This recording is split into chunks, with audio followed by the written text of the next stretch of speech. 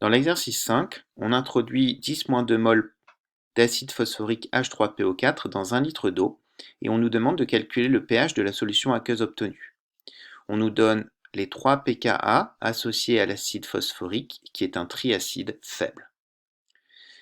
Dans la plupart des cas où on aura affaire à des polyacides, on pourra réaliser le calcul en partant de l'hypothèse que seule la première acidité intervient dans l'établissement du pH. On revient donc généralement au cas d'un calcul simple du pH d'une solution qui contient un monoacide. Ici, j'ai donc mis sur l'échelle de pK uniquement la première acidité de H3PO4 et j'ai entouré l'espèce H3PO4 qui est présente en solution, dans une solution aqueuse qui contient donc de l'eau. La réaction prépondérante à prendre en considération est toujours la réaction entre l'acide le plus fort du milieu, H3PO4, et la base la plus forte du milieu, H2O. C'est donc la réaction H3PO4 plus H2O qui donne naissance à H2PO4- plus H3O+. La constante d'équilibre de cette réaction est inférieure à 1, étant donné que le gamma entre ces deux espèces est un gamma inversé. On a donc une constante d'équilibre qui vaut 10 puissance moins le delta pKa entre ces deux couples, c'est-à-dire 10 puissance moins 2,1. La constante d'équilibre étant inférieure à 1, on considère alors que cette réaction prépondérante est un équilibre de contrôle qu'on va donc étudier de manière à déterminer la concentration des espèces en solution à l'équilibre. Dans le tableau d'avancement, j'indique l'état initial en mol par litre et l'état final pour les différentes espèces en mol par litre. Ce tableau d'avancement ne sera valable que si deux hypothèses sont vérifiées. Les hypothèses en question sont que l'avancement de l'autoprotélyse de l'eau est négligeable devant X, l'avancement de l'équilibre de contrôle. Ce qui nous permet d'écrire ici que la concentration H3O+, est uniquement due à l'avancement de l'équilibre de contrôle et que la partie d'H3O+, provenant de l'autoprotélyse de l'eau peut être négligée devant ce X.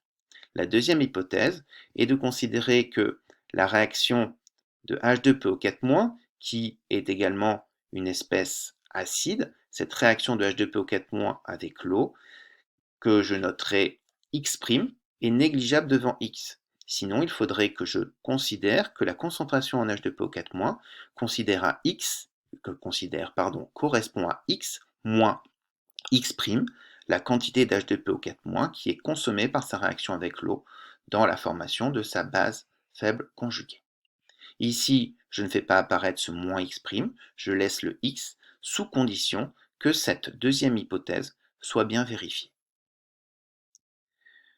Je résous donc le système. Là, l'équilibre, le QR est égal à la constante d'équilibre. Le caron est donc égal à x carré sur 10 moins 2 moins x. Et j'en conclus donc que x est égal à 5,7 10 moins 3 mol par litre. Et donc que le pH, qui vaut moins log de x, est égal à 2,2. Ce résultat ne sera valide que si les deux hypothèses posées précédemment sont vérifiées. Pour vérifier la première hypothèse, il suffit de vérifier que le pH soit bien inférieur à 6,5, ce qui est le cas. L'hypothèse 1 est donc validée.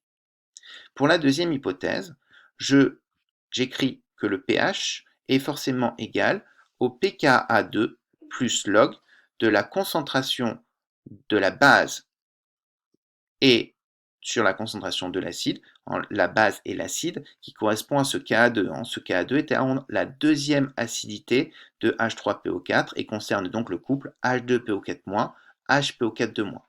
Donc j'ai donc le pH qui est forcément égal au pKa2 plus log de la concentration en base de ce couple sur la concentration en acide de ce couple.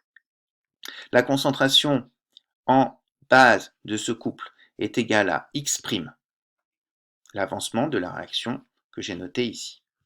Tandis que la concentration en H2PO4- est égale à X moins X' de manière tout à fait rigoureuse, mais est égale à X, environ égal à X, sous condition que l'hypothèse 2 soit vérifiée. Je tiens toujours compte de cette hypothèse 2 et j'écris donc que le pH est environ égal à pKa2 plus log de X' sur X.